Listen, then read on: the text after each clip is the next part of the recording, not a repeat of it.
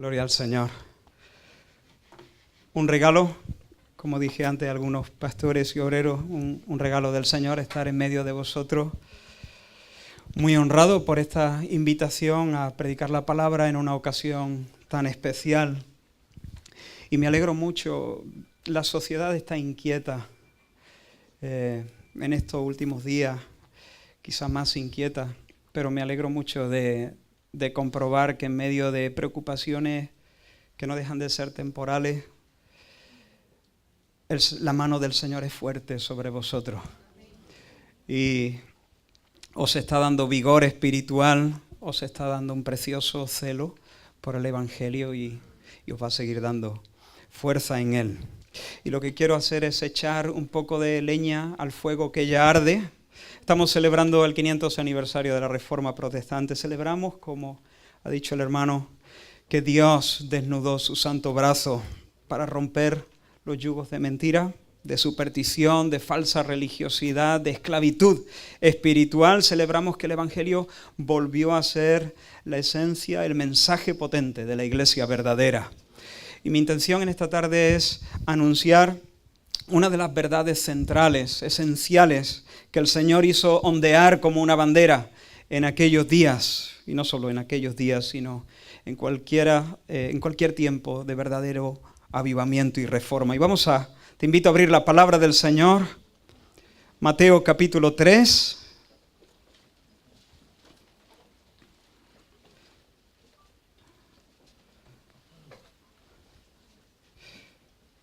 Y vamos a leer desde el versículo 13 en adelante.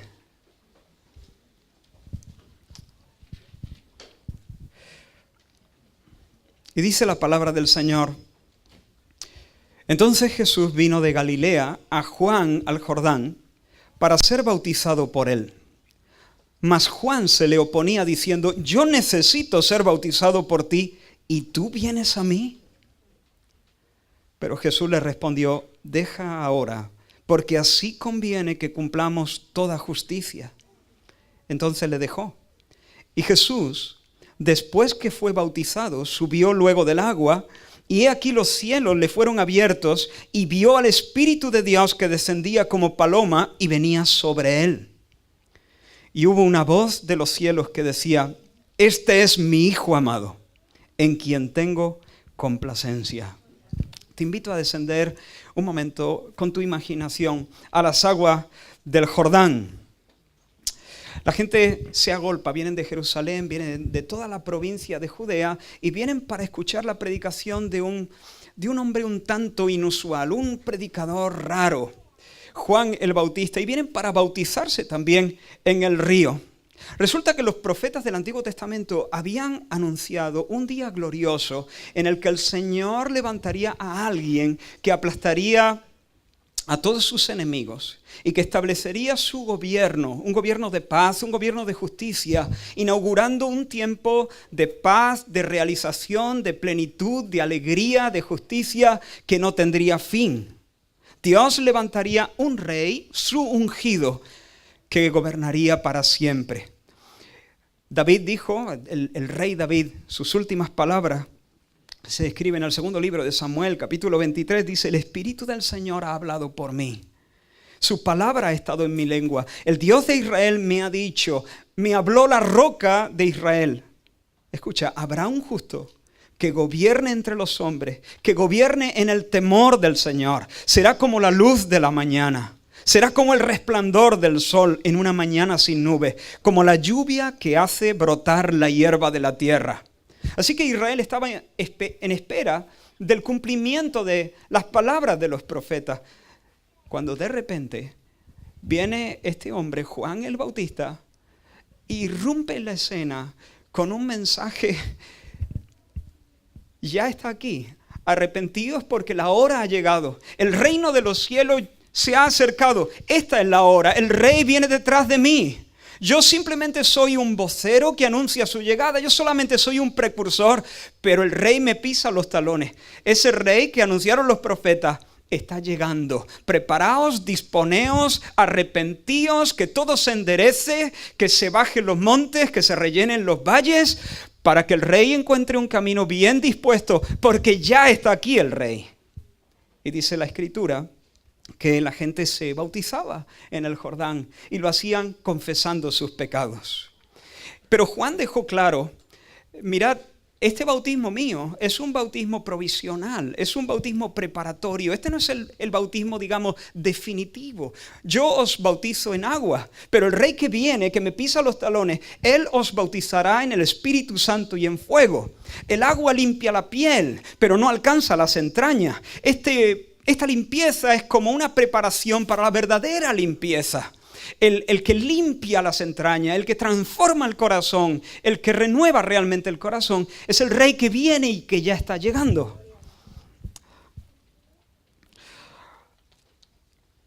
Así que la gente se agolpa en la ribera. Este predicador sigue anunciando su mensaje, la gente se acerca y se bautiza confesando sus pecados, cuando de repente Jesús aparece en el río. Y aparece para recibir el bautismo de Juan. Y la Escritura dice que cuando Jesús se bautiza y sale del agua, entonces Dios se manifiesta de una manera extraordinaria.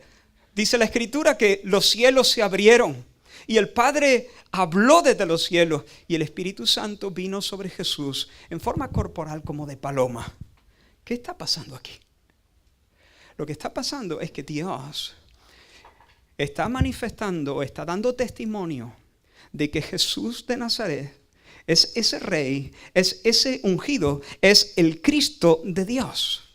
Ahora, bajo la economía del Antiguo Testamento, el Señor había levantado de en medio del pueblo algunas personas que funcionaban como una especie de mediadores. Había tres oficios principales. Estaba el oficio real, el rey, estaban los sacerdotes y estaban los profetas, los reyes, los sacerdotes y los profetas. El profeta le hablaba al pueblo en nombre de Dios. El sacerdote se presentaba delante de Dios y traía sacrificios y hacía oraciones en favor del pueblo. Y el rey, su función era representar, gobernar al pueblo en representación de Dios, trayendo justicia, trayendo orden, trayendo prosperidad, digamos. Y estas tres labores respondían a las grandes necesidades de la gente, porque a causa del pecado, el pueblo estaba enemistado con Dios. Necesitaban a alguien que se pusiera en medio, necesitaban un intercesor, necesitaban un sacerdote que hiciera la paz. Pero no solamente el pecado nos enemista con Dios, el pecado nos hace ciegos delante de la verdad. No la podemos entender, somos incapaces de discernir. Por lo tanto, no solamente necesitamos un sacerdote, necesitamos alguien que nos pastoree con la verdad, alguien que nos señale el camino, alguien que pueda traer un así dice el Señor. Porque donde no hay visión, el pueblo perece. Donde no hay palabra profética, la gente termina en el barranco. Así que Dios en su bondad levanta profetas para que de parte de Dios le digan al pueblo, este es el camino, esto es lo que Dios dice, Dios te dice así. Pero no solamente necesitamos sacerdotes y profetas, también reyes, porque el pecado no solamente hace que los hijos de Adán nazcan ciegos, espiritualmente hablando, y son enemigos de Dios bajo su juicio, bajo condenación, sino que además el pecado nos convierte en esclavos de Satanás. Necesitamos un hombre fuerte que nos libre del tirano, un hombre fuerte que se encare con Satanás, que rompa los yugos y que nos haga libres y que nos gobierne para que por fin podamos tener paz y seguridad y prosperidad y salir adelante y plenitud y realización y alegría. Pero estas personas, sacerdotes, profetas y reyes, funcionaban en un ministerio que también era provisional. Porque Dios había prometido que llegaría uno en el que se reunirían las tres unciones, que se reunirían los tres oficios. ¿Qué está pasando aquí en la orilla del río? Cuando los cielos se abren, el Espíritu desciende como una paloma sobre Jesús. Y el Padre habla desde los cielos diciendo, Este es mi Hijo amado, en Él tengo complacencia. lo que está sucediendo es que Dios está testimoniando públicamente que Jesús es su Hijo y en Él se reúnen las tres unciones. Él es el que rompe los yugos, Él es el Rey que nos liberta y que nos gobierna para su gloria y nuestra felicidad. Él es el profeta con mayúscula. Él es el que nos enseña verdaderamente cómo es el Padre. Él es el que nos muestra el camino. Él es el sacerdote que hace la paz entre Dios y nosotros, que nos reconcilia con Dios. Bendito sea el nombre del Señor. Ahora quiero que te fijes en un detalle. Dice que los cielos fueron abiertos y vio al Espíritu de Dios que descendía como paloma y venía sobre él. Así que el Hijo sale del agua después de ser bautizado. El Padre, Dios Padre, le habla desde el cielo y el Espíritu desciende. Qué preciosa manifestación del Dios Trino, ¿verdad? Y en el Evangelio de Juan se nos da un detalle adicional que para mí es importante, interesante. Dice Juan, capítulo 1, versículo 32, dice: también dio Juan testimonio diciendo: vi al Espíritu que descendía del cielo como paloma y permaneció sobre él. Esa palabra se posó, se quedó allí, permaneció sobre él, sobre Cristo. Ahora, una pregunta: ¿por qué el Espíritu Santo se manifiesta como una paloma en vuelo? Algunos han pensado que el Espíritu se manifiesta de esta manera, tomando forma de paloma, porque el ministerio de Jesús estaría marcado por la sencillez, por la mansedumbre, por ese carácter humilde. Sin embargo, aunque todo eso es verdad, el ministerio de Jesús estuvo marcado por esas cosas. Yo creo que la intención de la palabra de Dios, la intención del Espíritu es diferente. ¿Dónde hemos leído nosotros antes de una paloma volando? Exacto. Así es. Viene a mi mente rápidamente los vuelos de la paloma que Noé soltó desde el arca. Por causa del pecado, Dios decidió traer juicio sobre toda la tierra. Y las aguas del diluvio cubrieron realmente toda la tierra, sepultándola bajo un manto de maldición, bajo un manto de juicio. Pero tras la tormenta furiosa, la lluvia cesó y las aguas comenzaron a menguar. Y luego la embarcación encalló en los montes de Ararat. Y después de 40 días en que no llovió, entonces Noé abrió la ventana del arca y soltó 2 aves, un cuervo y una paloma. Y dice la Escritura que en su primera salida, la paloma voló y voló y voló y planeó sobre la inmensidad de las aguas que cubrían la tierra, pero no halló descanso hasta que regresó al arca. ¿Por qué? Porque todo estaba cubierto por las aguas del juicio. Noé esperó 7 días, pero cuando se cumplieron los 7 días volvió a soltar la paloma. Y entonces la paloma volvió a volar por la inmensidad. Pero cuando la paloma regresó, Noé supo que las aguas habían descendido. ¿Cómo lo supo? Porque la paloma traía en su pico una rama de olivo verde. Algunas versiones dicen recién cortada. Cuando Noé vio que la paloma traía una rama de olivo verde, entonces concluyó que había un lugar. Ahora ya todo no quedaba bajo maldición. Todo no estaba bajo las aguas del diluvio. Todo no estaba bajo el juicio de Dios. Había un olivo que emergía. Había un lugar donde la paloma podía posarse. Había un lugar donde la paloma podía permanecer. Había un lugar que ya no estaba bajo las aguas de maldición. Ahora, de nuevo, vente a la ribera del Jordán. ¿Lo ves? El Espíritu Santo viene tomando forma corporal como de paloma. Aquella, la de Noé, era una paloma verdadera, no era el Espíritu Santo, era un animal. Pero ahora viene el Espíritu Santo en forma de paloma y viene en vuelo y se posa sobre Jesús. ¿Por qué? Porque Él es el olivo verde. Él es el único que no está bajo maldición. Todo el mundo está, digamos, bajo maldición. Si Jesús no hubiese estado allí, la paloma tendría que haber seguido volando. Porque no hay un lugar seguro donde la santa paloma del Espíritu de Dios puede hacer su nido. Pero Él es el amado, Él es el bendito, Él no está bajo maldición.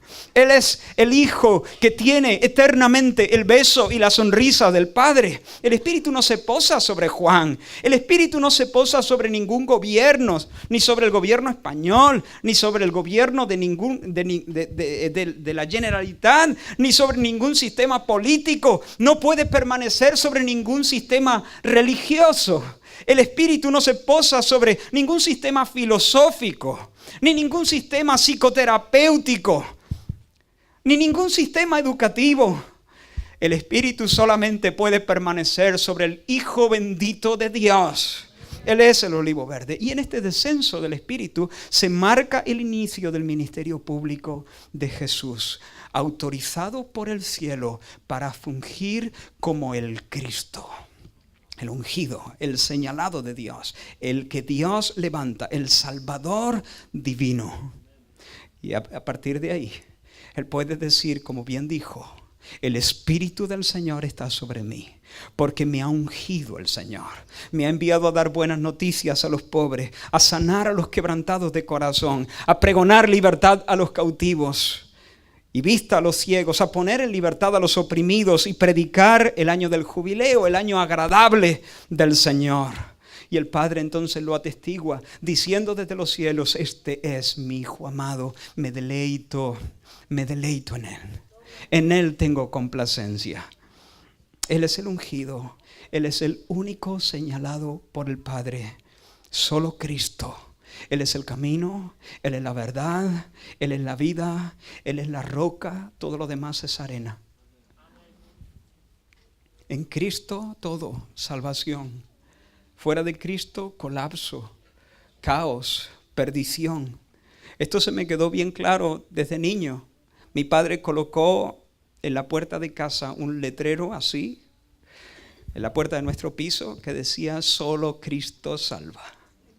Así que cada vez que yo entraba a la casa, solo Cristo salva. Me lo atornilló mi padre. Y luego el Espíritu sopló sobre esa verdad que estaba aquí y me bajó hasta aquí. Por la gracia del Señor. Solo Cristo salva. Cristo exclusivamente. Quiero decirte, no busques en nadie más. No busques en nadie más. El Señor nos da muchas cosas buenas, pero salvación hay únicamente en Cristo Jesús. En vano vas a buscar luz, orden, alegría, belleza, descanso, realización en los no ungidos. Solo hay un ungido, solo uno donde el Espíritu permanece y reposa de una manera singular y única. Corre a Cristo, mírale a Él. ¿Quieres libertad? Solo Cristo salva. ¿Quieres una conciencia limpia? Tal vez hay personas aquí con una conciencia turbada. Tal vez has hecho cosas, nunca has dicho a nadie esa perversidad. Y estás atormentado, intentando escapar. Te digo con todo respeto y con todo el cariño, hay libertad, hay limpieza. Solo Cristo salva. Pero no corras de un lado para otro, no te refugies en otros lugares. Ni siquiera funciona cuando tomas a Cristo y algo más. Solo Cristo, exclusivamente Cristo. Él es el único sobre el que el Padre ha podido decir estas palabras de un modo único, de un modo singular. ¿Quieres perdón? ¿Quieres sanidad de las heridas del abuso sexual o de lo que sea? Hay sanidad. Hay fuerza para perdonar. Hay capacidad para vencer el vicio. Hay libertad ahora mismo. Hoy, solo Cristo salva. Hay gente buscando en la fama, en el éxito profesional, en el dinero. Cristo. Ahora, retrocedamos un poco. Mateo nos dice que hubo un forcejeo entre Juan y Jesús. ¿Te has dado cuenta? Hubo un tira y afloja, hubo una especie de rifirrafe, como un pulso entre Juan y Jesús. El precursor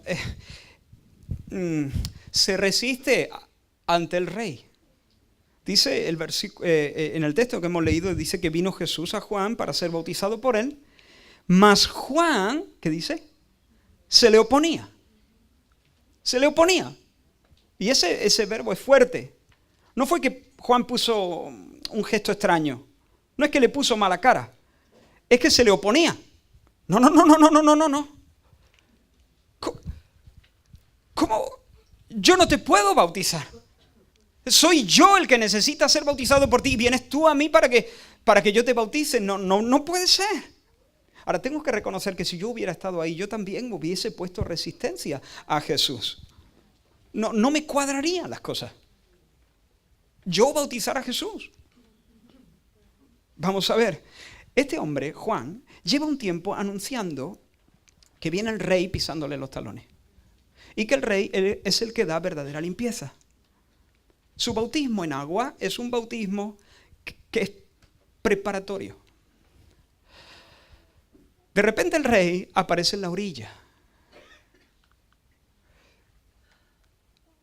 ¿Qué toca ahora? Llevo un tiempo anunciándolo, ya está aquí. ¿Y ahora qué? ¿Qué hacemos ahora? Para mí lo más natural es pensar que ahora Jesús toma la palabra y entonces se dirige a todos los que están allí en la cola para ser bautizados y dicen, señores, el bautismo de Juan se acabó. Gracias, Juan, buen ministerio, has cumplido. Claro, ¿por qué seguir en la sombra, en la señal, si ya está aquí la realidad a la que la señal apuntaba? Ya está aquí el que bautiza, el que sumerge en el Espíritu Santo. Ya está aquí el que alcanza las entrañas, el verdadero limpiador, el verdadero purificador, el verdadero rey que Juan anuncia. Todo lo demás es preparatorio, pero estando Jesús, todo esto debe acabarse y dar paso a una nueva dinámica, a una nueva realidad, ¿no te parece? Pero para nuestra sorpresa, eso no es lo que ocurre. Jesús se pone en la fila y espera su turno. ¿Qué está pasando? Mirad, si nosotros logramos entender bien aquí, o por lo menos algo de lo que está pasando aquí, vamos a entender, vamos a tener la clave para dormir bien y trabajar bien y envejecer bien y morir bien. Imagínate la escena. Juan recibe a cualquiera, ¿no? Allí a un hombre, el siguiente, y Juan le dice, hola hermano, dispón tu corazón, el rey ya viene, renuncia a tu independencia, confiesa tus pecados y yo te bautizo. Que el rey te tenga en su reino, que el rey te ponga en sus filas. Que Dios te bendiga. Siguiente, hola hermano, confiesa tus pecados, el rey ya viene, que Dios tenga misericordia de ti. Siguiente, y de repente a Juan le entra un escalofrío de la cabeza hasta los talones. ¿Por qué el siguiente? El que desciende a las aguas del Jordán es el creador del Jordán. El que desciende a las aguas del Jordán es el impecable, el inmaculado, el santo. ¿Qué hace Jesús entrando en las aguas? ¿Qué hace Jesús en el pelotón de los sinvergüenzas? A ver, Jesús, no puede ser. Yo bautizo a los cobardes. Yo bautizo a los perezosos, yo bautizo a los viciosos, bautizo violadores, bautizo a los incrédulos, bautizo a los orgullosos, a los que hacen fraude, a los ingratos, a los desobedientes. Pero ¿cuál es tu pecado? ¿Cuál es tu fechoría? ¿Cuál es tu delito? Oh, hermano, el apóstol Pedro dijo, el cual, hablando de Jesús, el cual no hizo pecado, ni se halló engaño en su boca. Él es el impecable. Pregunta en su pueblo, pregunta a su familia, pregunta en el taller de José, pregunta en la sinagoga. Nunca una mirada lasciva, nunca una mentira en sus labios, nunca un chiste grosero, nunca un gesto feo a sus mayores, nunca un fraude. Nunca una respuesta apática ante el sufrimiento de nadie. Nunca un movimiento egocéntrico. Nunca. Todo amor, amor al Padre, perfecto. Amor a su prójimo, todo nobleza, todo valentía, todo pureza, todo blancura. No hay una curva en el Señor. Rectitud pura. No hay delito. ¿Cómo voy a bautizarte? Yo no debo bautizarte. Tú eres el santo, yo soy el malo. Aquí este es el lugar de los malos. Este es el lugar para los pecadores. Tendrías que bautizarme tú a mí. Pero Jesús le dice, deja ahora. Hazlo, Juan. Porque así conviene que cumplamos toda justicia. Y dice la Escritura que entonces Juan le dejó y lo bautizó. Hermanos, lo que Jesús está diciendo es algo como esto. Juan, desde tu perspectiva tienes razón. Tú eres el pecador y yo soy el Salvador impecable. Yo no tengo necesidad de limpieza, pero hay otra manera de verlo. Se te está escapando algo. Yo no desciendo a las aguas por una necesidad personal de limpieza. Yo no estoy aquí porque necesito nivelar mi corazón. Yo desciendo a las aguas para cumplir con todo aquello que Dios quiere que los hombres cumplan. Dios ha establecido que en esta hora los hombres deben bautizarse. Y yo me he hecho hombre para vivir como hombre, como Dios manda que los hombres deben vivir. Yo no estoy aquí por una necesidad personal. Yo estoy aquí para representar a los hombres. Me humillo de esta manera porque Dios quiere que los hombres se humillen en esta hora de esta manera. Y estamos, hermanos, ante una de las grandes verdades, de las preciosas verdades de la Escritura, la obediencia activa de Jesús como representante de una nueva humanidad en favor de los suyos. La palabra enseña que Jesús no solo murió por nosotros, sino vivió por nosotros. Se encarnó, fue circuncidado al 8º día, fue presentado en el templo, estuvo sujeto a sus padres, cumplió la ley, pagó sus impuestos, se bautizó y todo por nosotros. Él cumplió todas las exigencias de la ley a favor nuestro. Voy a intentar explicarlo mejor. Y pido que Dios me ayude porque si, como he dicho antes, si la luz de esta verdad nos traspasa, hoy puede saltar por los aires en algún corazón el yugo de una de una religión que no salva, sino que agobia.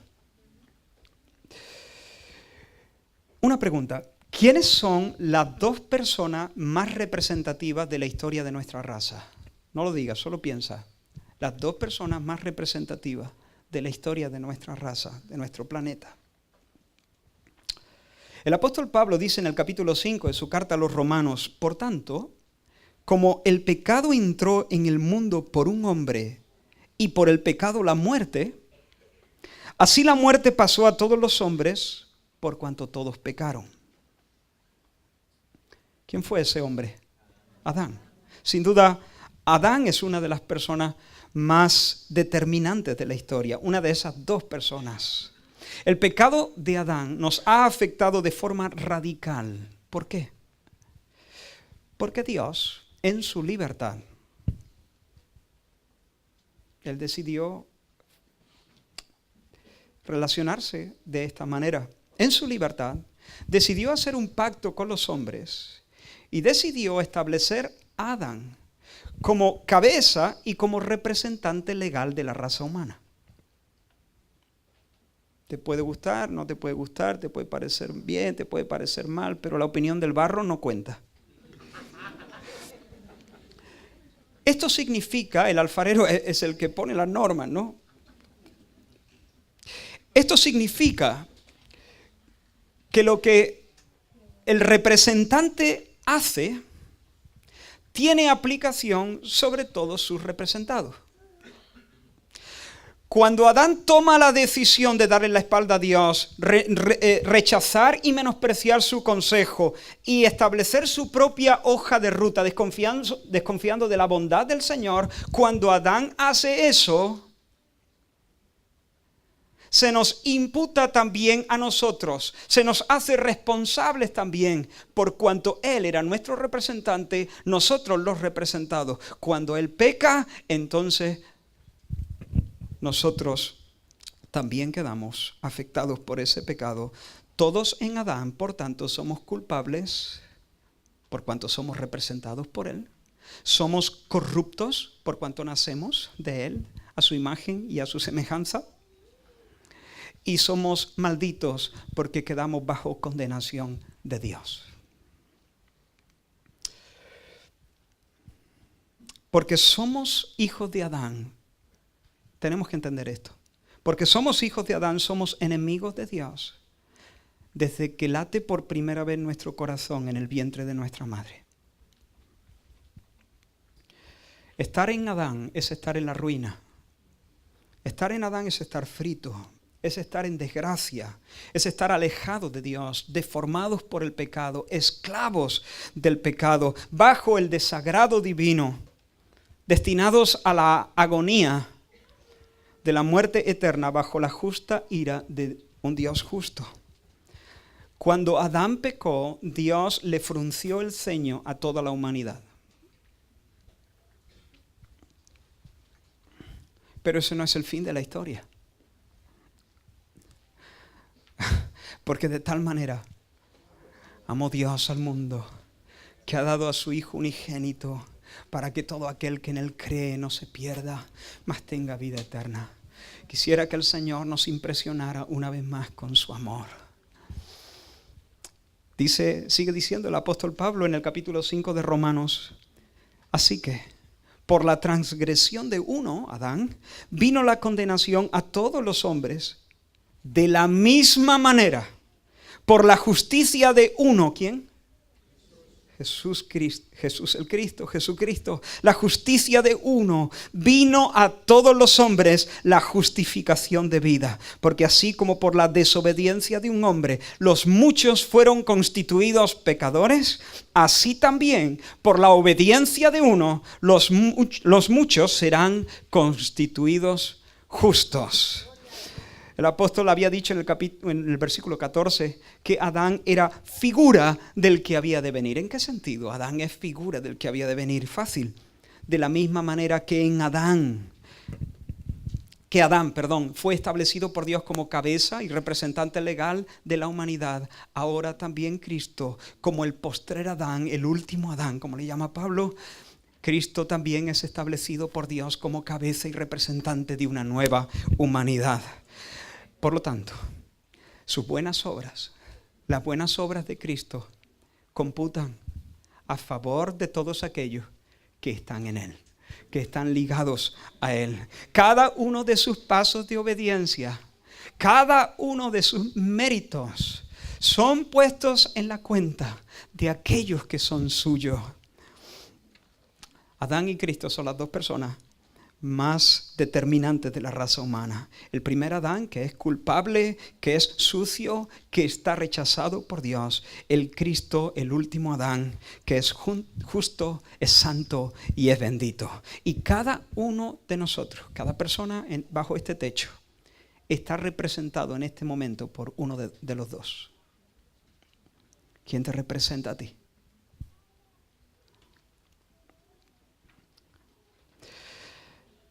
Anteriormente dije que el vuelo de la paloma, del espíritu, en forma corporal como de paloma, me recordaba al texto de Génesis, cuando Noé sacó la paloma, pero también trae a mi mente otro texto de Génesis. Génesis 1 dice: en el principio creó Dios los cielos y la tierra estaba desordenada y vacía, y las tinieblas estaban sobre la faz del abismo, y el Espíritu de Dios se movía sobre la faz de las aguas. El Espíritu se movía. Hay una versión que lo traduce de esta forma: el Espíritu aleteaba. De hecho, esa palabra hebrea es la que se traduce en Deuteronomio 32 como revolotea. Dice, como el águila excita su nidada, revolotea sobre sus pollos, la misma palabra.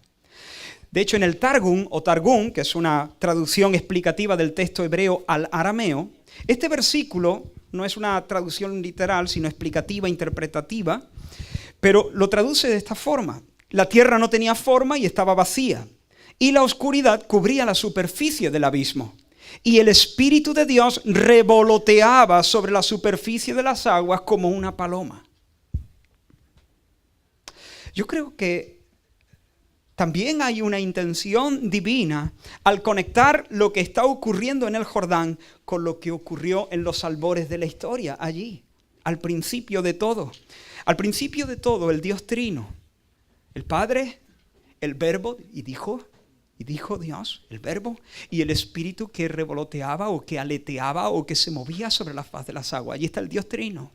Y Dios crea y luego establece al hombre como Señor de la creación y luego sonríe complacido y dice, todo es bueno en gran manera. Y ahora, de nuevo Dios, de nuevo el Hijo saliendo de las aguas y de nuevo el Espíritu revoloteando como una paloma y de nuevo Dios sonriendo complacido y diciendo, este es, ahora ya no Adán, sino el postrer Adán, el Señor definitivo de todas las cosas. Y de nuevo Dios diciendo, tengo contentamiento, es bueno en gran manera, es bueno en gran manera. Ayer fue Génesis, hoy es el comienzo de la regénesis. Ayer Dios instauró, hoy Dios comienza la restauración de todas las cosas. Ayer Adán y ahora en el Jordán, el postrer Adán. Bendito sea su nombre, hermano.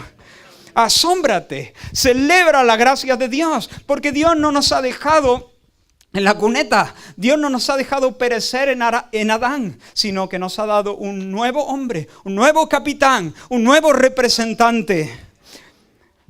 No habrá para siempre oscuridad, porque un niño nos es nacido, un hijo nos es dado, el principado sobre su hombro, se llamará su nombre admirable, consejero, Dios fuerte, Padre eterno, príncipe de paz. En Adán lo hemos perdido todo, pero en Cristo todo es nuestro. Eso significa que en el día final, cuando Dios se siente a juzgar, yo no tendré nada que ver con el fracaso de Adán. Cuando Dios eche su plomada de albañil sobre mí, lo que verá es perfección. No observará en mí nada torcido. ¿Por qué? Porque no estará midiéndome a mí en un sentido, sino que estará considerando la justicia de Cristo que ha sido puesta en mi favor. En Adán me quedé desnudo, pero en Cristo estoy vestido de gala.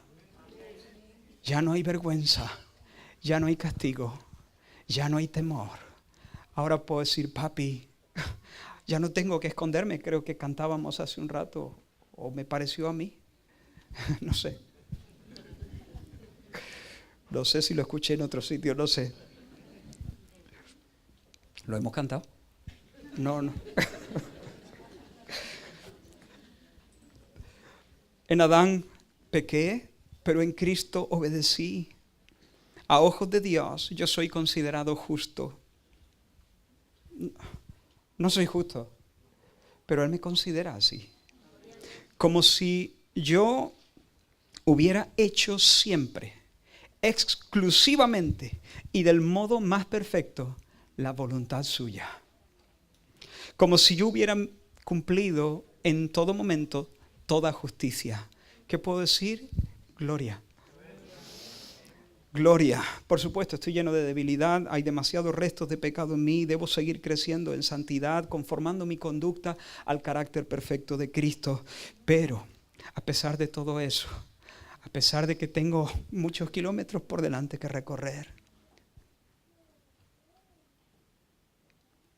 no puedo mejorar mi posición en relación a Dios. en 10.000 eternidades que están por delante, mi condición delante de Dios como justificado no será mejor que la que es ahora mismo.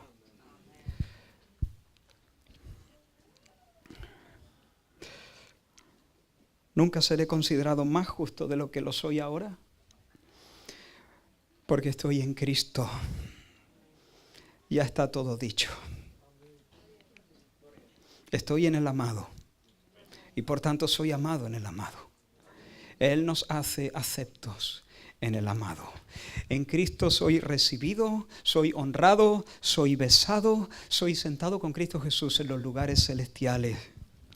Hermanos, esto es mucho más que ser perdonado. Es mucho más que perdón. Porque si lo único que recibimos en base a la obra de Jesús es perdón, entonces lo que sucedería es que se me entregaría un expediente en blanco, ¿no? Sin errores. Yo quedaría como alguien, digamos, inocente, que no hay pecado. Pero Dios no pide un expediente en blanco. Dios demanda justicia. Dios pide un expediente repleto donde se describa una vida recta, justa, que ha cumplido todas las demandas de Dios. Eso es lo que se pide. No solamente inocencia, Dios demanda justicia. Son los justos los que heredarán la tierra. Pero esto es mucho más que perdón. En el perdón se condona la deuda, pero por la gracia de Dios concedida en Cristo, no solamente se nos perdona la deuda, sino que se nos concede un saldo infinito. Bendito sea el nombre del Señor. Por eso esta es la verdad que lleva a Pablo a darle la espalda a todo lo que un día consideraba meritorio ante Dios. ¿Recuerda lo que él escribe a los Filipenses, capítulo 3? Todas las cosas que eran ganancia para mí, las he estimado como pérdida por amor de Cristo. Y ciertamente aún estimo todas las cosas como pérdida por la excelencia del conocimiento de Cristo Jesús, mi Señor, por amor del cual lo he perdido todo y lo tengo por basura para ganar a Cristo y ser hallado en Él. No teniendo mi propia justicia, que es por la ley, sino la justicia que es por la fe de Cristo. La justicia que es de Dios por la fe. Pablo dice, mi celo, mi pedigrí como israelita de pura cepa, mis esfuerzos, mi sinceridad, mis oraciones, mis ofrendas, basura, peso muerto, no lo quiero, mi gloria es Cristo, los demás son harapos, vestido con la justicia de Cristo, ya no necesito las hojas de higuera de mis propias obras, no lo quiero, cualquier cosa que yo crea que eso cuenta en mi favor, lo tiro por la borda. No me sirve. Me quedo con el regalo de la justicia de Cristo que Dios me concede. Quiero preguntarte, ¿estás confiando en tu propia bondad? ¿Consideras que tienes algo de mérito en tu propio desempeño, en que cumples, en que te esfuerzas, en que lo intentas, le echas ganas? ¿Estás confiando en tu pedigrí, en los años que llevas sirviendo al Señor? ¿Lo cuentas como algo que de alguna manera aporta algo para que Dios te considere, para que Dios te reciba, para que Dios te bese? Tíralo por la borda. Solo Cristo y su justicia, su mérito, sus obras puestas en nuestra cuenta. Para que nosotros, aparta los ojos de ti, pon los ojos en el Señor. Para que puedas decir, como dijo el profeta Isaías, he aquí Dios es salvación mía. Me aseguraré y no temeré, porque mi fortaleza y mi canción es Jehová, quien ha sido salvación para mí. Regocíjate y canta, oh moradora de Sión, porque grande es en medio de ti el Santo de Israel. Canta, iglesia, gloríate, consuélate, afírmate, márcate un baile, sáciate, publica sus grandezas. Esta es una verdad liberadora. Quiero acabar regresando, quiero empezar a acabar. Regresando de nuevo a nuestro texto. Hemos dicho que solo en Cristo recibimos la sonrisa de Dios. La pregunta es, ¿estás entonces en Cristo? Porque esto se aplica a los que están en Cristo. ¿Estás en Cristo? ¿Quién te representa a ti? ¿Cómo estar en Cristo? Quisiera llamar vuestra atención, como digo, a las palabras una vez más del Padre. Lo que el Padre dijo desde el cielo. Este es mi Hijo amado en quien tengo complacencia. Porque aquí por lo menos se hace referencia a dos pasajes del Antiguo Testamento. Uno lo hemos leído en esta reunión. En primer lugar, se hace referencia al Salmo 2, donde se habla del ungido de Dios como el Hijo de Dios y como el Rey heredero de todas las naciones. Dice el Salmo 2, yo he puesto mi Rey sobre Sión, mi santo monte. Yo publicaré el decreto. Jehová me ha dicho, mi hijo eres tú. Tú eres mi hijo amado. Jehová me ha dicho, mi hijo eres tú. Yo te engendré hoy. Pídeme y te daré por herencia las naciones. Y como posesión tuya, los confines de la tierra. Aquí se nos presenta al ungido como el hijo. Él es hijo de una manera, digamos, singular. Vino según la carne, pero ya estaba eternamente. Nació como hombre, bañado en sangre, necesitando aire para sus pulmones, pero en su naturaleza divina pudo decir con apenas 30 años, antes que Abraham fuese, yo soy. Y ese hijo, verdadero hombre, verdadero Dios, es el Señor de los señores. Es el soberano de los reyes de la tierra. Es el heredero legítimo del trono de las naciones. Es quien sostendrá por los siglos de los siglos el cetro de mando y quien gobernará desde la colina de Sión. Es rey, es señor, es soberano, pero no solamente es rey. El segundo de los textos que está implícito en esta declaración del Padre es Isaías 42, que hemos leído hace un momento. He aquí mi siervo, yo le sostendré. Mi escogido en quien mi alma tiene contentamiento. Este es mi Hijo amado en quien tengo contentamiento.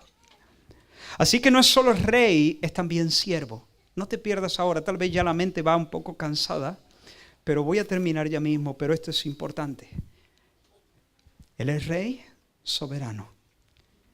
Él es siervo. Y esta palabra del Salmo de Isaías 42 pertenece a una serie de escritos proféticos donde Isaías habla de alguien que Dios levantará, un siervo que Dios levantará y que traerá salvación, pero que traerá salvación al precio de un profundo sufrimiento. De hecho, al precio de su propia muerte y una muerte vicaria. El texto más claro en cuanto a esto, y el texto más conocido también de todos los que se refieren al siervo de Jehová, es Isaías 53, que la mayoría de vosotros conoceréis casi de memoria, sobre quién se ha manifestado el brazo del Señor. Y luego dice, despreciado y desechado entre los hombres, varón de dolores, experimentado en quebranto. Escondimos de él el rostro, fue menospreciado y no lo estimamos. Pero en realidad, ciertamente, él llevó nuestras enfermedades y sufrió nuestros dolores. Y nosotros le tuvimos por azotado, por herido de Dios y abatido.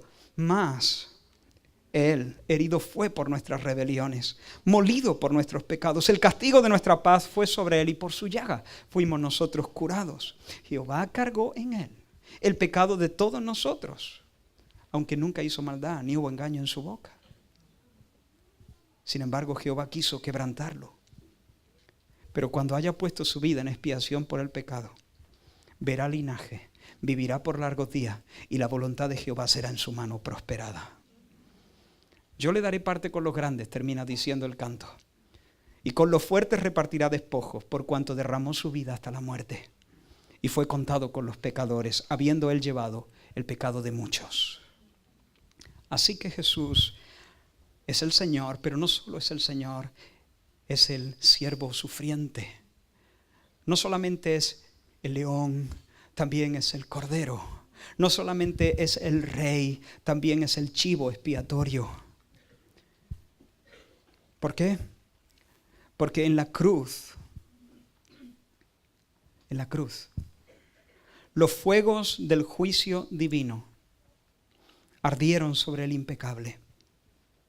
La segunda persona de la Trinidad se encarnó ante la mirada atónita de los ángeles, vivió de manera inmaculada como representante de una nueva raza y luego afirmó su rostro para ir a Jerusalén y subir la cuesta del Calvario.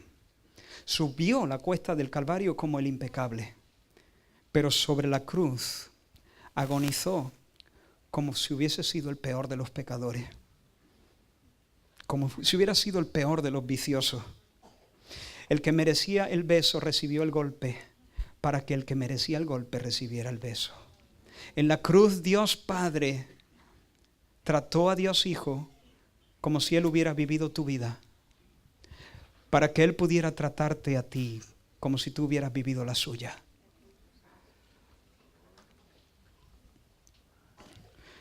Luego lo bajaron muerto del madero, lo pusieron en un sepulcro nuevo. Silencio.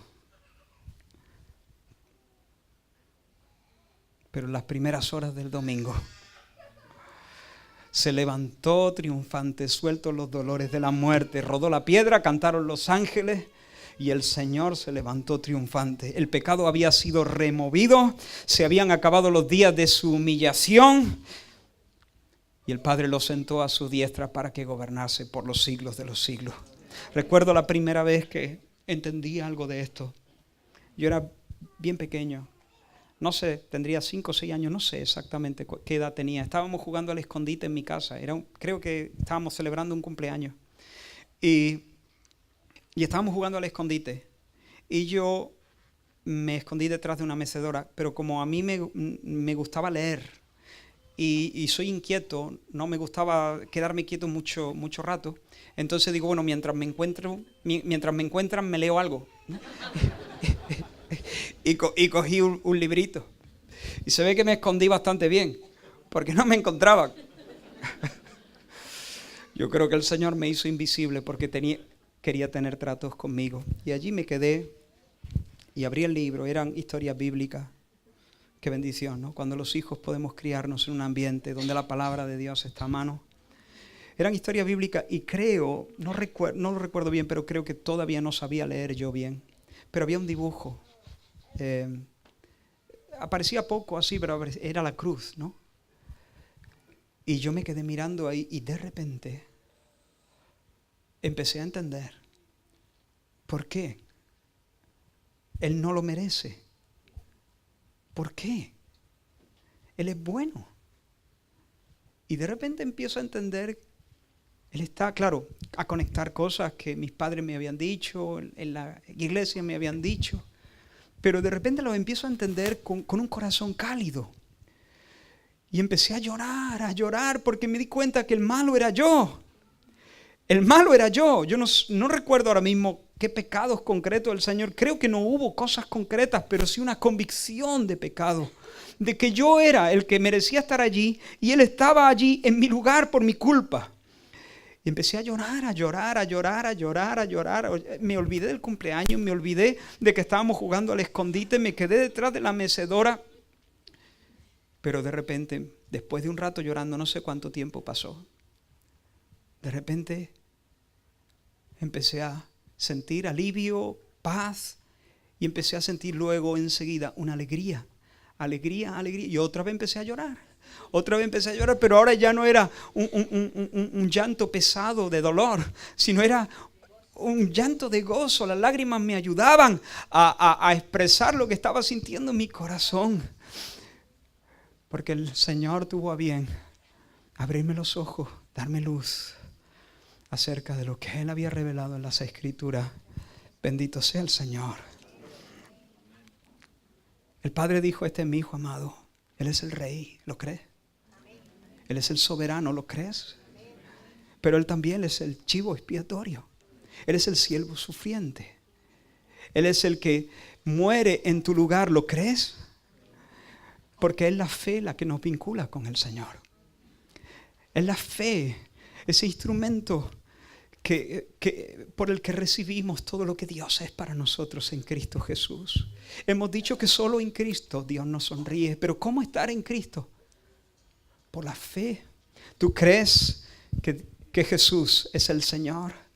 ¿Estás dispuesto a confesarle? ¿Estás dispuesto a renunciar a tu pecado, a tu rebeldía, a vivir por tu cuenta, a tu hoja de ruta, a pegarle una patada a tu propia agenda y decir, me postro, me tiro delante de ti, hágase en mí conforme a tu voluntad, tú eres Señor, depongo mis armas, me quito la espada, me tiro al suelo y te pido que me gobierne, porque ahora entiendo que solo bajo tu estandarte hay vida y plenitud. ¿Estás dispuesto a tirar por la borda tus obras que tú has considerado hasta aquí meritorias? ¿Estás dispuesto a reconocer que no eres una buena persona? ¿O sí? No, no lo eres.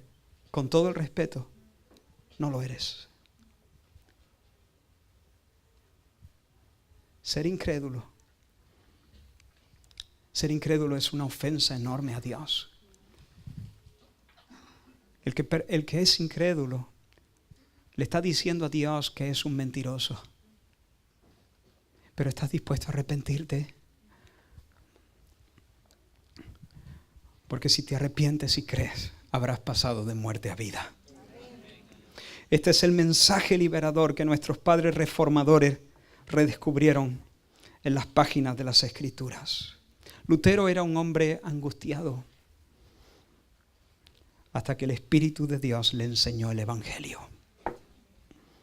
Y luego pudo decir, en la disputa de Heidelberg, él dijo, la ley dice, haz esto, y eso jamás se hace. Y la gracia dice, cree en este, y todo está ya realizado.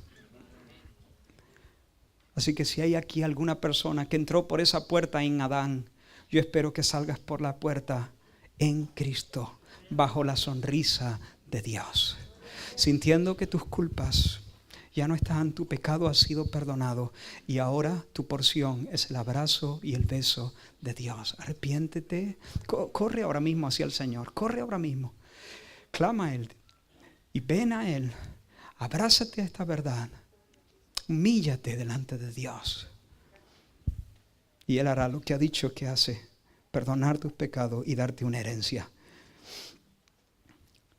Y a ti, iglesia, recréate, gloríate, descansa, canta, haz poemas, lo que tú quieras, porque ¿quién nos separará del amor de Cristo? ¿Tribulación, o angustia, o persecución, o hambre, o peligro, espada, desnudez? Como está escrito, por causa de ti somos muertos todo el tiempo, somos contados como ovejas de matadero. Antes en todas estas cosas somos más que vencedores por medio de aquel que nos amó, por lo cual estoy seguro. Recuerdo un hermano de nuestra iglesia murió de esta manera. Pasó a la presencia del Señor repitiendo una palabra del Salmo 23. Solo una. La repetía varias veces. Ciertamente, ciertamente, ciertamente, ciertamente. Estoy seguro de que ni la muerte, ni la vida, ni ángeles, ni principados, ni potestades, ni lo presente, ni lo porvenir, ni lo alto, ni lo profundo, ni ninguna otra cosa creada nos podrá separar del amor de Dios que es en Cristo Jesús, Señor nuestro. Y por último, iglesia, no mezcles el Evangelio, no tunees el mensaje, no lo actualices, predica el Evangelio, abraza el Evangelio, afírmate en el Evangelio. He sentido tristeza al ver algunas de las celebraciones de la Reforma o del 500 aniversario de la Reforma. He sentido tristeza al comprobar que en muchas ocasiones el acento cae, la fuerza cae sobre las consecuencias sociales que la Reforma tuvo y los cambios que propició en las artes, en la política, en la economía, en la educación, etcétera, etcétera. A veces en presencia de nuestras autoridades ponderamos lo que la Iglesia evangélica heredera de la Reforma ha aportado y sigue aportando a la sociedad. Ese no es el camino. Porque nosotros no nos predicamos a nosotros mismos, sino a Jesucristo y a este crucificado. Este es el mensaje. Sin aliños, sin aditivos, sin otras cosas. Como le añadamos algo, le quitamos el filo, le quitamos la potencia. Hermanos míos, seguid adelante, levantando el estandarte del Evangelio, porque no me avergüenzo del Evangelio, porque es poder de Dios para salvación a todo aquel que cree. Gracias, Señor, por tu palabra, por las noticias preciosas de lo que tú has hecho y eres para nosotros en Cristo Jesús. Nada en nuestras manos traemos, solo a tu cruz nos aferramos. Gracias, Señor. Gracias por la vida perfecta de Jesús en nuestro lugar, como representante nuestro, y por el vestido de justicia que tú nos regalas. Gracias por la muerte vicaria de Jesús, por esa obediencia también, pagando el precio de nuestro pecado. Ya no hay culpa, ya no hay castigo, ninguna condenación hay para los que están en Cristo Jesús. Ayúdanos, Señor, a entender esto más y más y más y más, Señor. Ábrenos nuestros ojos, úngelos con tu colirio y danos el valor, Señor, de proclamarlo en este tiempo. Amén. Amén. El Señor os bendiga, hermano.